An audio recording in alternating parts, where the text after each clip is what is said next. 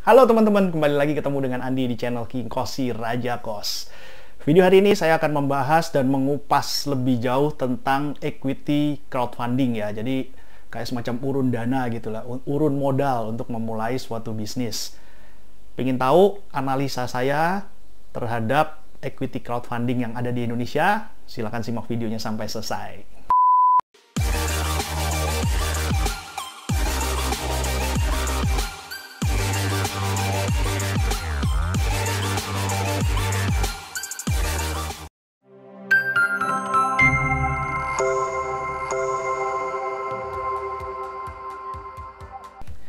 Oke teman-teman, di video saya sebelumnya saya sudah pernah sharing ya tentang betapa menjamurnya, betapa maraknya sekarang ini layanan equity crowdfunding ya.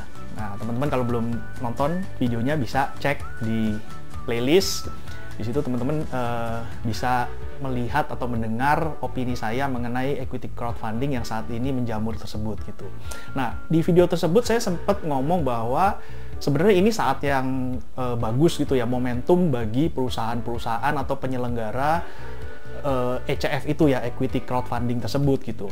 Nah, tapi saya kan sebenarnya tertarik untuk berinvestasi di crowdfunding tersebut. Nah, cuma saya kan model tipe orangnya itu kan saya selalu berusaha untuk mempelajari dulu ya, maksudnya nyemplung ke suatu komunitas di mana komunitas tersebut itu diskusinya itu tentang crowdfunding tersebut gitu.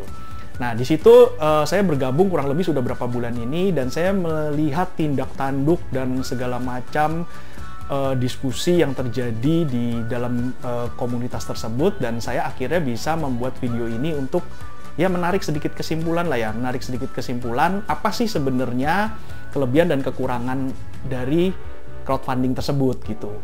Nah, yang pertama adalah ternyata dari 10, ini kita anggap ya contoh ya, persentase lah, dari 100% penerbit itu maksudnya perusahaan yang dia mencari dana melalui penyelenggara ya. Penyelenggara itu adalah perusahaan crowdfunding tersebut. Jadi penyelenggara itu dia bekerja sama penerbit, project, bisnis, nah terus ditawarkan kepada investor. Nah, investornya itu nanti akan setor dana untuk membiayai si penerbit proyek ini gitu.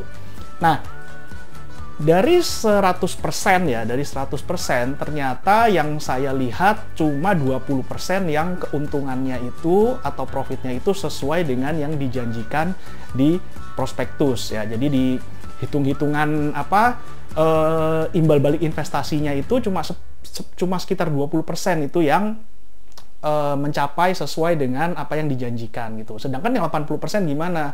Yang 80% ternyata entah rugi malahan, entah dia justru harus setor dana, harus nombok ya. Terus dia juga kadang-kadang mendapat profit tapi nggak sesuai dengan apa yang dijanjikan. Terus ada lagi berbagai macam masalah, terutama di operasionalnya. Di operasionalnya contohnya misalnya apa? Contohnya misalnya laporan keuangan yang mencurigakan, terus laporan keuangan yang nggak tepat waktu, terus pokoknya segala sesuatu yang ternyata tidak semanis apa yang ada di atas kertas yang dijanjikan gitu. Nah, tapi teman-teman nggak usah bingung ya, sebenarnya kan namanya bisnis itu memang ada risikonya. Makanya kalau teman-teman berbisnis harus pelajari dulu kira-kira prospeknya gimana, kira-kira bener nggak sih apa yang dijanjikan itu bisa tercapai apa enggak. Nah, karena dari 100 perusahaan yang bisa bertahan melewati 5 tahun pertama itu kan kalau menurut penelitian kan cuma 20, berarti kan sebenarnya betul kan persentasenya itu ya 11-12 lah kurang lebih sama. Jadi dari 100 perusahaan ya yang bisa memberikan keuntungan imbal hasil yang sesuai dengan proyeksi yaitu cuma sekitar 20%. Jadi kalau teman-teman mau berinvestasi memang harus memperhitungkan resikonya. Jadi kalau investasi itu nggak cuma pengen untung doang, tapi harus siap rugi juga. Ya, itu yang pertama. Terus yang kedua, kita berhadapan dengan orang yang tidak dikenal kan ya, kalau kita menginvestasikan uang kita di suatu perusahaan yang baru dan orang-orang di belakangnya kita juga nggak kenal, itu juga perlu hati-hati. Karena apa? Karena ternyata banyak sekali kejadian di mana kesannya itu orang yang menjual project atau menjual bisnisnya dengan equity crowdfunding itu, mengumpulkan dana masyarakat, itu ternyata mereka hanya mengeruk keuntungan gitu loh dari investor-investor yang kecil-kecil itu. Sebenarnya kan kasihan ya. Kenapa saya bilang begitu? Karena orang tersebut berusaha untuk menjual bisnis yang dia sendiri sebenarnya nggak yakin dengan prospeknya. Udah begitu dia menjanjikan imbal hasil yang besar, misalnya jauh di atas bunga bank. Nah itu kita harus hati-hati sekali kalau ketemu sama yang orang-orang seperti itu. Karena apa? Karena bisa aja terjadi bahwa oknum-oknum itu ada, jadi dia cuma memanfaatkan aja ya, memanfaatkan orang-orang yang nggak ngerti. Saya ambil contoh aja lah, contoh kasus supaya jelas ya, prakteknya itu di lapangan itu gimana. Misalnya gini, saya punya usaha misalnya restoran gitu ya, saya mau bikin usaha restoran, warung makan gitulah, warung makan Padang misalnya. Nah itu saya bikin proposal, investasinya sekian, termasuk di dalamnya adalah sewa ruko misalnya ya, sewa ruko selama 5 tahun atau selama 3 tahun sekian gitu. Nah kan ketemu tuh nominalnya ditawarkan melalui perusahaan penyelenggara crowdfunding, ditawarkan ke investor terus setor uang gitu. Nah tapi ternyata rukonya itu sewa punya siapa? Ternyata ketika dilacak ya, karena kadang-kadang di prospektus itu nggak disebutin secara detail itu rukonya itu punya siapa, terus kalau misalnya rukonya itu beli harganya berapa, apakah belinya sudah cash atas nama dia atau masih atas nama orang lain. Itu kan kayak gitu-gitu kan biasanya disembunyikan gitu loh, jadi nggak dibuka secara terang benderang gitu. Nah sekarang kalau kayak kasus tadi misalnya sewa 3 tahun atau 5 tahun di muka gitu, nominalnya sangat luar biasa gitu. Nah padahal yang punya itu saya sendiri tuh rukonya. Jadi kan saya sebenarnya di depan itu saya sudah dapat untung dari sewa rukonya tersebut. Bisnisnya saya udah nggak mau tahu sebenarnya. Bisnisnya kalau bisa untung ya syukur, kalau enggak ya udah nggak apa-apa. Yang penting gue udah cuan di depan gitu. Itu pertama. Terus yang kedua, ada lagi orang yang menjual bisnisnya belum teruji, dia masih coba-coba, tapi setiap bulannya dia sudah bilangnya itu dalam tanda kutip menarik manajemen fee. Manajemen fee dia kan yang ngurusin segala macam, atau dia menggaji dirinya sendiri sebagai direktur dengan nominal yang sangat tinggi. Jadi macam-macam lah. Sebenarnya kalau laporan keuangan itu kan bisa dibikin ya. Nota-nota pun itu sebenarnya bisa dibikin gitu loh. Jadi kalau kita 100% percaya sama orang yang belum kenal, terus kita terbuai sama hitungan di prospektus tersebut, terus kita selalu mikirnya selalu, wah pasti untung gede gitu. Jadi jangan kecewa kalau ternyata itu tidak terjadi gitu ya. Jadi karena kadang-kadang harapan kita tuh, ekspektasi kita tuh tidak sesuai gitu loh, di lapangan itu terjadi tidak sesuai apa yang kita harapkan gitu. Nah itu harus hati-hati. Yang lebih hati-hati lagi kalau ketemu sama yang penyelenggara perusahaan penyelenggara crowdfunding ini juga nggak bonafit. Jadi dia tidak menyeleksi dulu orangnya yang mau membuka bisnis, menawarkan bisnis kepada investor, nggak diseleksi dulu, nggak dipelajari dulu.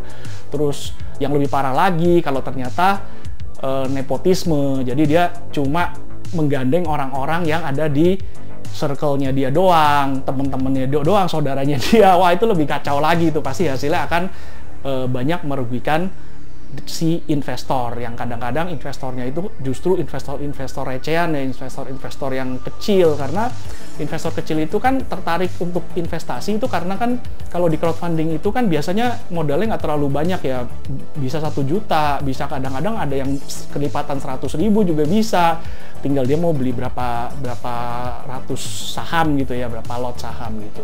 Nah itu kan kasihan kalau ketemu sama orang-orang yang bertanggung jawab seperti itu. Jadi teman-teman hati-hati, yang perlu dipelajari benar-benar adalah investasi itu tidak semanis apa yang tertulis di hitungan atau di prospektusnya ya. Jadi teman-teman pokoknya harus hati-hati lah. Karena saya melihat ya itu, kebanyakan 80% itu entah dirugikan, entah dikerjain, terus ya memang entah bisnisnya itu nggak jalan gitu. Jadi memang dibuat hanya coba-coba, dan si owner perusahaannya itu coba-coba nggak berani pakai duit sendiri, akhirnya dia ngumpulin duit investor gitu loh. Nah ternyata kalau misalnya duit investornya itu sudah terkumpul, bisnisnya nggak berhasil, ya udah dia nggak ada beban apa-apa.